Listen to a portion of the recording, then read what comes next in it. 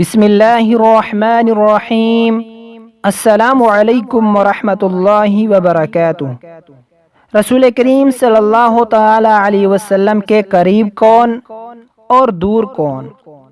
حضرت جابر رضی اللہ تعالی عنہ سے روایت ہے کہ نبی پاک صلی اللہ تعالی علیہ وسلم نے ارشاد فرمایا، بے شک تم میں سے مجھے سب سے زیادہ محبوب اور تم میں سے میرے سب سے زیادہ قریب بیٹھنے والے قیامت کے دن وہ لوگ ہوں گے جو تم میں سب سے اچھے اخلاق والے ہیں، اور میرے نزدیک تم میں سے دنیا میں سب سے زیادہ قابل نفرت اور قیامت کے دن مجھ سے دور بیٹھنے والے وہ لوگ ہیں جو باطونی بلا احتیاط بولنے والے، زبان دراز اور تکبر کرنے والے ہیں۔